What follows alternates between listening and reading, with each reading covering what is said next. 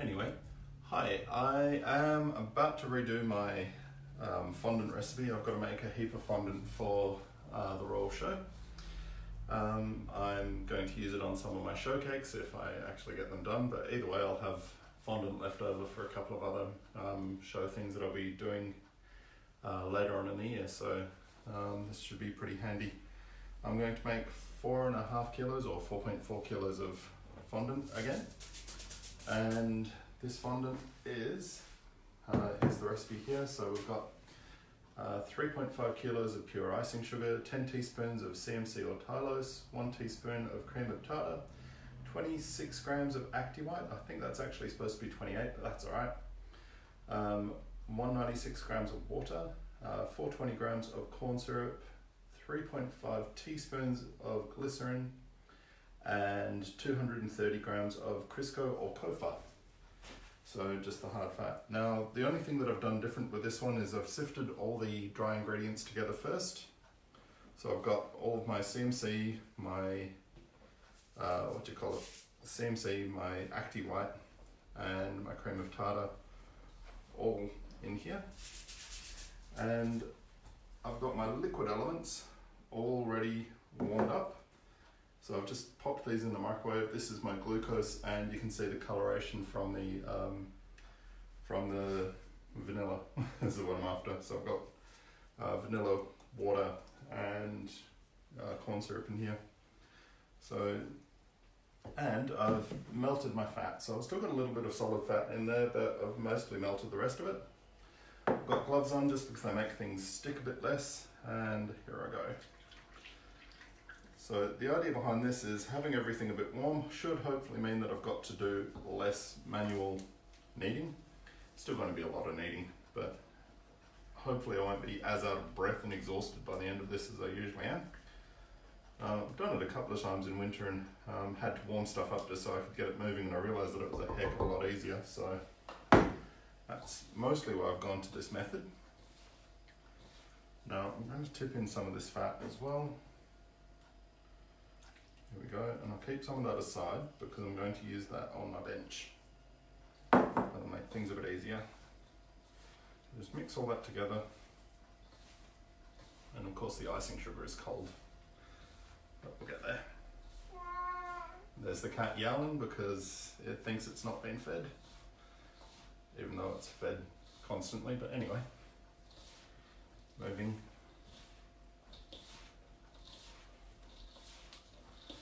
So this is coming together reasonably quick, just with that little bit of extra warmth, and I think me faffing about has made some of the heat drop out of this a bit more than it otherwise would have, but still, it's coming together pretty quick.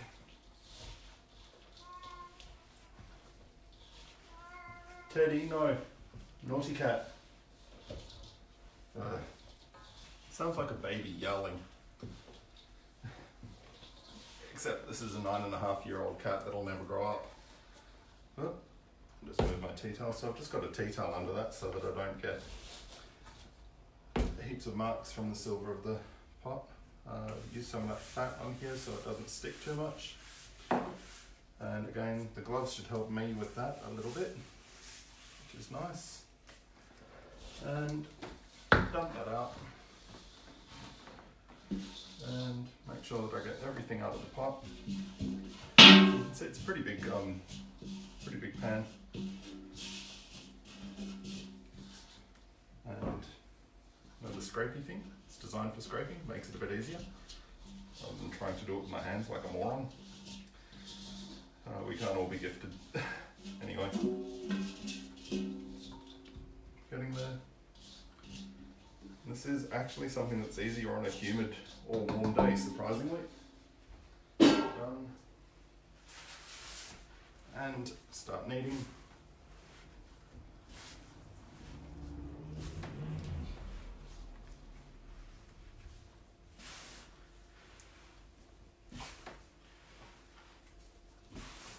Keep that moving.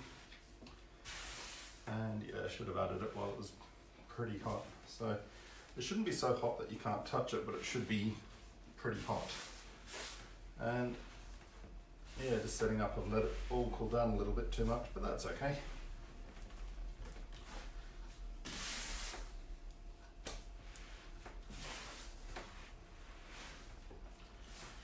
So this is coming together reasonably quick.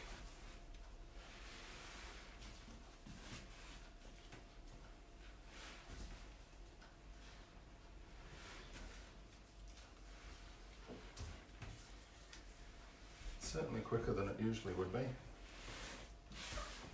And yeah, if you wanted to make a smaller batch, which I'd recommend, it's a lot easier to work with again. Right, it's coming together, and what I think I'll do is just microwave up a little bit from here. Although, yeah, I think I'll just microwave this lump. It's a bit too hard for me to work on. And the whole point of this is that I don't want to be ruining my arms or exhausting myself working on fondant before I've even started the cadence. So, back in a sec.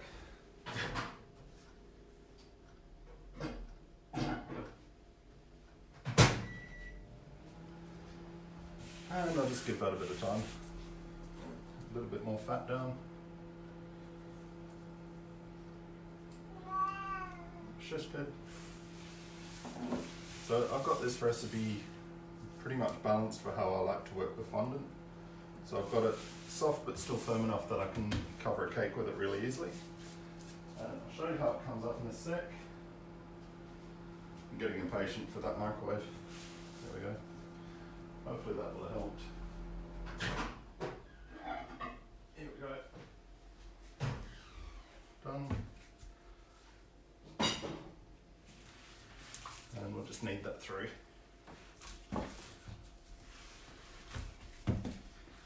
Yeah, a little bit of warmth helped a lot. Again, it is quite a large lump of icing, so just a few minutes in the microwave really makes a big difference. Well, that was less than a minute, but see what it says there. Yeah. But I could probably have left it in there for a lot longer. My microwave is not strong. But that's coming together quite nicely. And if I just break that into two smaller chunks, I can work on each one. Don't need it.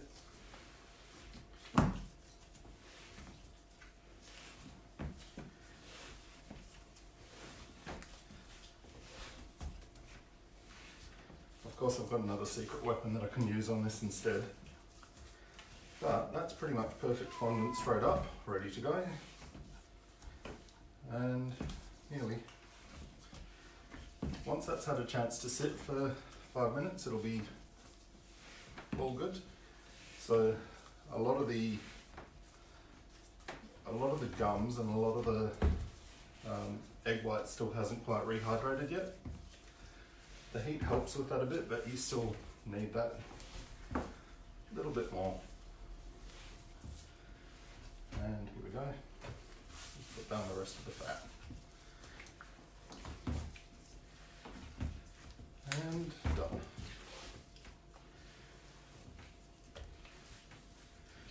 There's that one.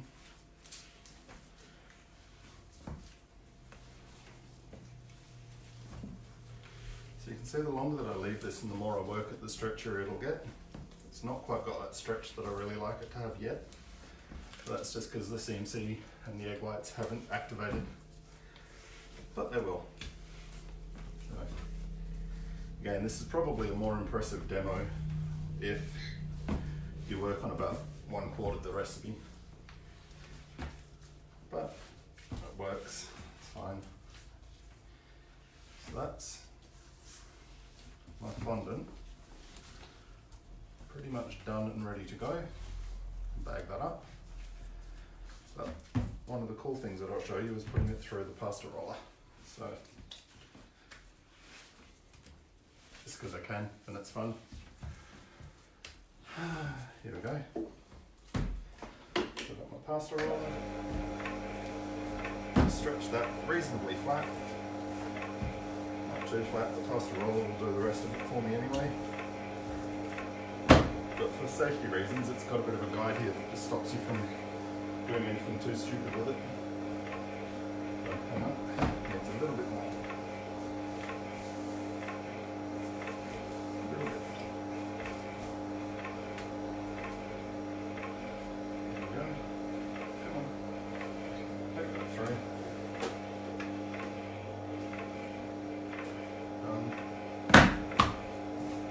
Getting there.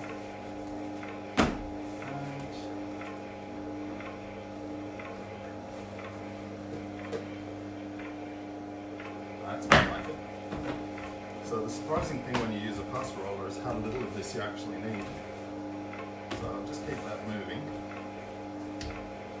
And I could cover a cake with this now. I really should leave it a little bit, but just to give you an idea.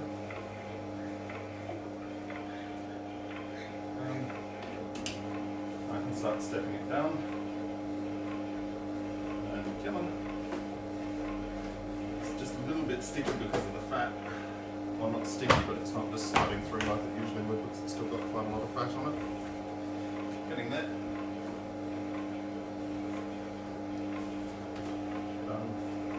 Smooth that down a bit. And there we go. Actually going to start flouring this, I think.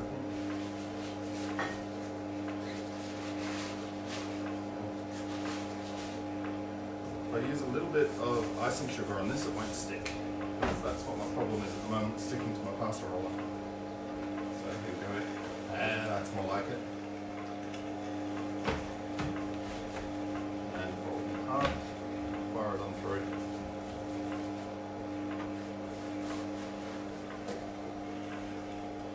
Nice.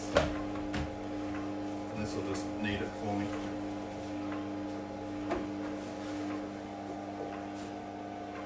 After, start stepping it down. And beautiful finish sheet, and I could use that to cover a cake right now. And that is fondant that I've just only made, it's not had a chance to rest. Put that over a cake with not too many problems at all. Nice and flexible, nice and thin, and it's pretty nice to work with. So it's got a bit of stretch, so I can stretch it and it shouldn't tear, but that's fine. One of the really cool things that you can do with this though is you can get really thin. So I'll just try that with a little bit. And again, this will get a lot nicer the longer I leave it to sit. Step it up.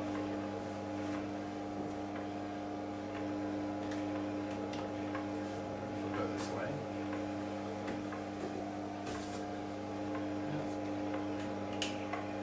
And I'll go really, really thin, just because it's fun. And there we go. And check out how thin that is. So you can just about see through it, and it's like fabric. It's lovely. Probably a bit too thin and the fondant still hasn't had a chance to rest, but you can do some really impressive draping with that. Put that straight on the side of a cake. Have it look like ribbon and have it look like you really care, like it's ribbon. And as this is cooling, it's getting nicer. As I'm working it, there we go. There goes the cat again. Be quiet, you banshee. Hey, shush. Come away from there. Alright.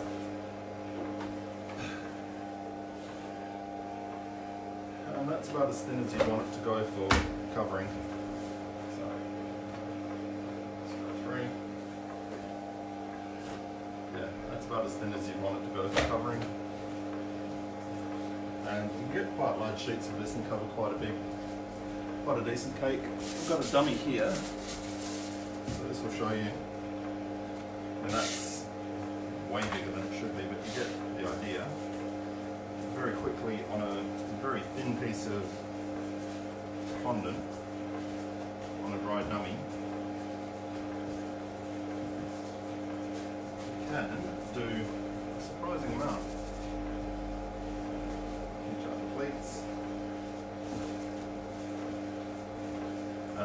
to actually cover a whole dummy with this because it doesn't really warrant it. But you get the idea of how smooth and quick that fondant works. And again, pinch the plates, pull it down. Pinch the plates, pull it down.